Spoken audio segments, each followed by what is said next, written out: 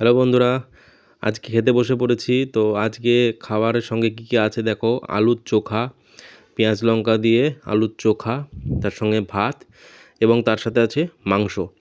তো বেশি কিছু নেই, তো এইটুকু জিনিস আছে। তো প্রথমে আলুর চোখা দিয়ে ভাতগুলো খেয়ে নিই, তারপরে মাংসটাই খাবো। দেখি কেমন খেতে হয়েছে আলুর চোখাটা।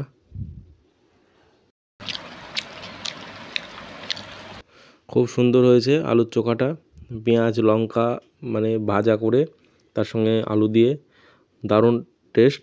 তো আপনারা বাড়িতে এটা করে খেতে পারবেন। তো এরপরে নিয়ে নিলাম মাংস।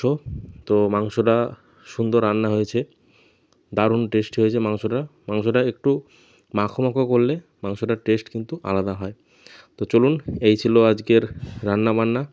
তো খাওয়া দাওয়া করে নিই।